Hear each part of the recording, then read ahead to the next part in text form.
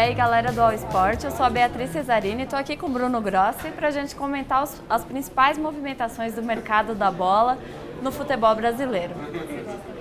E os nossos repórteres estão trazendo todas as informações das ruas, as informações mais quentes, e a gente vai comentar um pouquinho delas.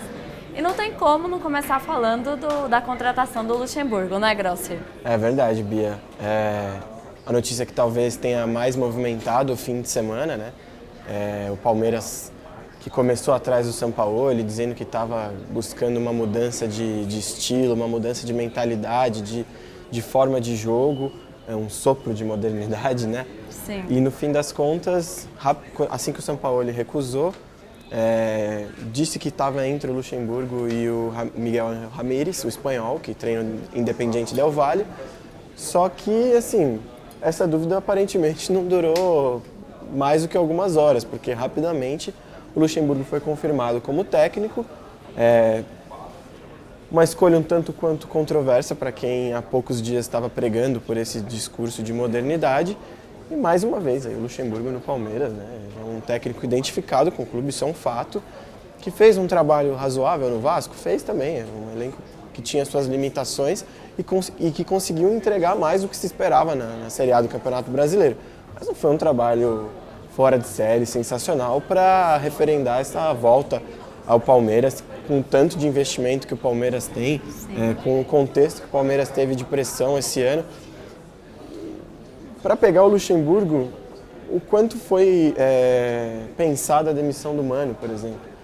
O Mano não agradava a torcida por ser identificado com o Corinthians, por não ter feito a ruptura de estilo com o que era o tipo de jogo do Felipão, pode ser.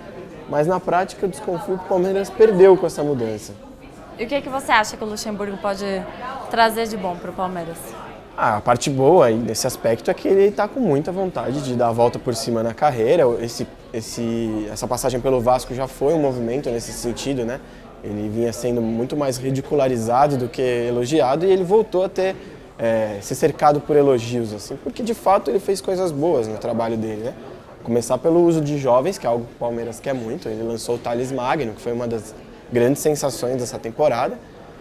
Acho que pode ir por esse caminho, talvez ele consiga colher alguns frutos, assim, mas eu não consigo ter a gente não tem certeza de nada, obviamente, mas me dá uma confiança de que o Palmeiras vai prosperar assim com o Luxemburgo. Sim, talvez o número de títulos que ele conquistou com o Palmeiras durante as passagens pode dar uma confiança a mais para os torcedores. Eu tenho muito torcedor que se apega a isso, né? É normal, essa questão afetiva, essa confiança gerada pelo histórico. Mas isso não resolve necessariamente dentro de campo, né? Bom, e falando em Luxemburgo agora, que saiu do Vasco, e agora o Vasco estava sem técnico, está procurando um novo técnico para ocupar o espaço, e o Abel é o principal nome, a grande prioridade do Vasco. O que você está achando? Acha que o Abel é um bom nome? Primeiro mostrando um movimento aí de que os técnicos da velha geração ainda estão em alta, né? Eles estão pelo menos conseguindo se manter no mercado. Foi assim com o Felipão, que teve um sucesso no Palmeiras agora, foi campeão brasileiro no ano passado, saiu esse ano de uma forma conturbada, mas foi um exemplo de que ainda dava para confiar nesses caras. O Vasco mesmo apostou no Luxemburgo nesse sentido, e o Abel já vinha no mercado, né? Ele acabou saindo de forma também um pouco contestado do Flamengo, porque não conseguiu fazer o time render, e depois com o sucesso do Jesus a comparação ainda fica mais prejudicial a ele. Depois foi para o Cruzeiro, numa situação muito difícil, que era tirar o Cruzeiro da briga contra o rebaixamento. Conseguiu um período de invencibilidade que dava a impressão de que ele tinha alcançado uma paz no Cruzeiro, mas não conseguiu prosperar. O Cruzeiro caiu, ele saiu antes de terminar a campanha. E, assim, também, se para o Palmeiras o Luxemburgo também é uma escolha questionável, eu acho que serve para o Vasco também. Sim. Claro que o Vasco tem uma questão de realidade financeira muito diferente do Palmeiras, mas não vejo muito propósito nessa escolha nesse momento. Sim, o que pode, por outro lado, pode considerar um recomeço até para o Abel? Para o Abel, claro. Começar uma temporada desde os primeiros treinos, num time sem tantas estrelas, depois dele ser questionado de não saber administrar as estrelas no Flamengo, em campo, e não conseguir administrar as estrelas nos bastidores no Cruzeiro, um elenco mais tranquilo como o do Vasco pode ser um bom caminho. Sim. E hoje, nossos repórteres Alexandre Araújo e Thiago Fernandes trouxeram a mais nova de que o Pedro Rocha está prestes a chegar no Flamengo. Mais uma opção para o ataque do Flamengo, para o Jorge Jesus aí. Já não bastasse um ataque tão poderoso assim com o Gabigol, com o Bruno Henrique, com o Arrascaeta e Everton Ribeiro. O Flamengo faz essa aposta. Eu esperava muito mais do Pedro Rocha no Cruzeiro, né? Ele chegou com uma grande expectativa num time que também levantava muita expectativa pelos resultados nos anos anteriores, mas junto com todo o time ele produziu muito pouco, né? Ele era quase sempre a melhor jogada ofensiva do Cruzeiro, ele é muito agressivo, toma a iniciativa de criar as jogadas, parte para cima, mas foi muito pouco efetivo, né? Ele não conseguiu transformar quase essas jogadas em gols, mas é uma aposta muito válida para o Flamengo. É um jogador que é caro, ele é vinculado ao Spartak Moscou, da Rússia.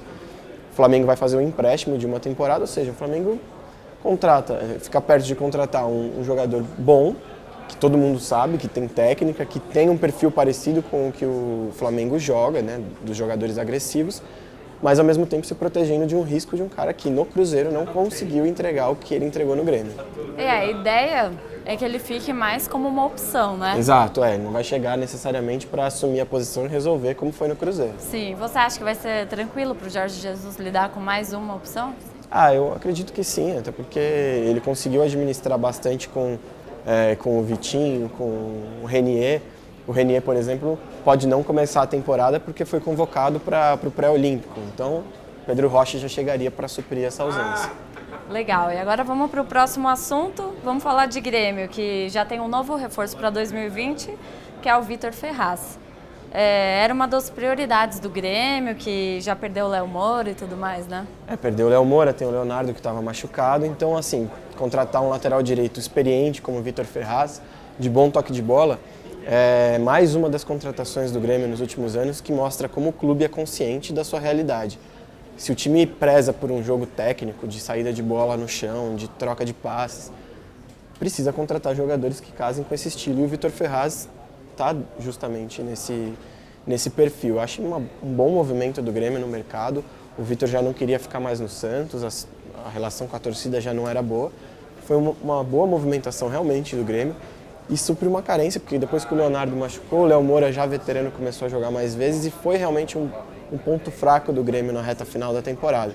Então, se conseguir ainda avançar pelo Caio Henrique, por exemplo, o lateral esquerdo, também já fica um time bem mais forte do que foi nessa temporada, quando o Grêmio já conseguiu competir bem. Sim, e aí se esperam resultados melhores, né? Exatamente. Eu acho que o Grêmio, para o modelo de jogo não vencer, é preciso que esses jogadores que o Renato apostou já veteranos, o ciclo deles uma hora vai acabar. Então é importante que o Grêmio mantenha a roda girando para não deixar o time envelhecer e aí atrapalhar o tipo de jogo do Renato. E agora, mais um time do Sul, o Inter contratou um novo técnico, o Marcelo, me fugiu o nome aqui. Eduardo Cudê. Eduardo Cudê, Exatamente. muito obrigada, fugiu o nome aqui. Não é lá uma grande novidade, né? Sim. Já tinha alguns meses que o Inter estava esperando pelo Cudê, ficou com o Zé Ricardo e hoje confirmou, foram 2 anos de contrato, é isso, né? Isso. Até 2021. É isso mesmo, produção? 2021, tá lá. O Cudê é um técnico muito badalado na Argentina, também por fazer os times jogarem bem de uma forma técnica, uma forma móvel. Ele fez um bom trabalho com o Rosário Central em 2016, fez uma boa Libertadores, foi eliminado nos minutos finais pelo Atlético Nacional, que seria o campeão, nas quartas de final. E depois ele foi para o Racing, conseguiu ser campeão argentino com o Racing. Nesse final de semana ganhou o Torneio dos Campeões, que é o campeão da Superliga, que é o campeonato argentino, contra o campeão da Copa da Superliga, que foi o Tigre. Então mais um título do Cudê. Ele é um técnico promissor, assim, acho uma aposta interessante do Inter, que esperou meses por ele, contratou o Zé Ricardo ali para tapar buraco praticamente. E agora ele chega para fazer toda a pré-temporada, o planejamento, né? Ele já indicou o Musto, um volante que trabalhou com ele no Rosário Central, que estava na Espanha, um jogador de bom vigor físico, boa técnica, mas que há muito tempo está fora do mercado, já tem 32 anos. Não sei lá como ele vai chegar aqui no futebol brasileiro, mas é um nome interessante. o Inter pode se tornar mais competitivo, como já foi um pouco com o Odair Hellmann na temporada passada, mas eu acho que agora com um pouco mais de caminho para ser competitivo, e não só uma forma de jogar. E é mais um técnico estrangeiro, Exatamente, né, no futebol brasileiro. Quase uma modinha, vamos dizer assim, né? De aposta, mas no caso do Inter é uma modinha bem pensada, não foi só porque é estrangeiro pegou.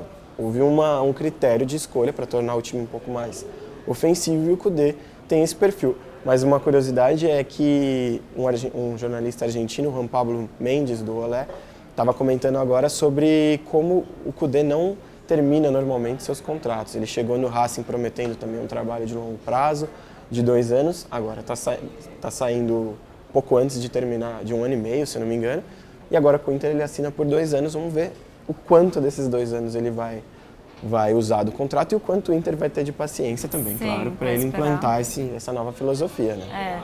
Até porque no Brasil, né, tem ainda aquela ideia de que técnico não ganha resultado rápido, vai embora. Exato. Né? O Inter foi um pouco na contramão com o Odair, ele ficou mais tempo. O ano passado, aliás, nesse ano ele acabou caindo depois da derrota na Copa do Brasil, o time patinando no Brasileiro, mas o Inter costuma ser um time mais estável e mais aberto a essas ideias de estrangeiros, né? Pode ser uma atacada promissora do Inter. Bom, e para fechar, a gente vai falar sobre uma especulaçãozinha que teve nesse último final de semana entre os torcedores do Corinthians. É verdade.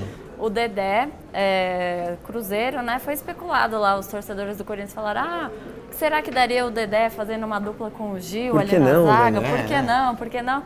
Nossos repórteres foram então atrás do Corinthians para perguntar se existe alguma vontade de contratar o Dedé e o Corinthians, por enquanto, não tem essa vontade não.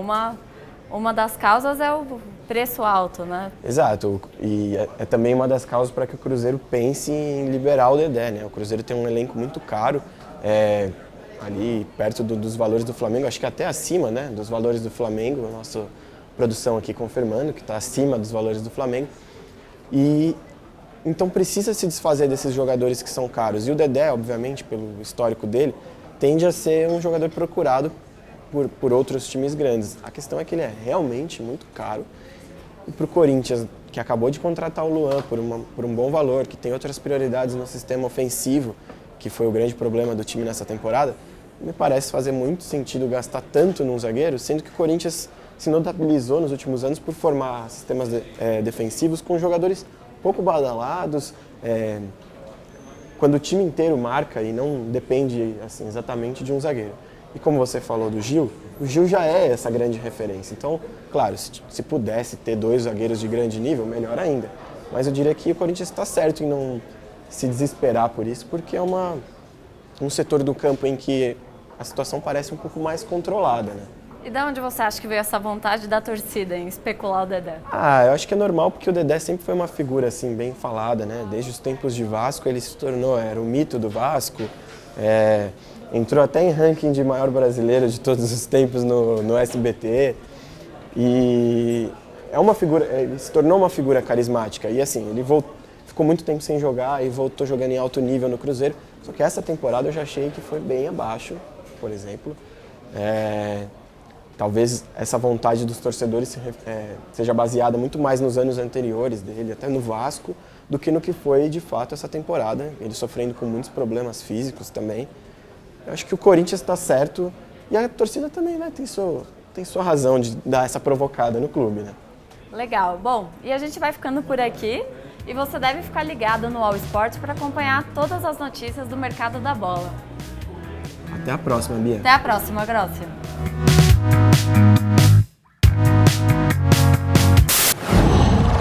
Qual?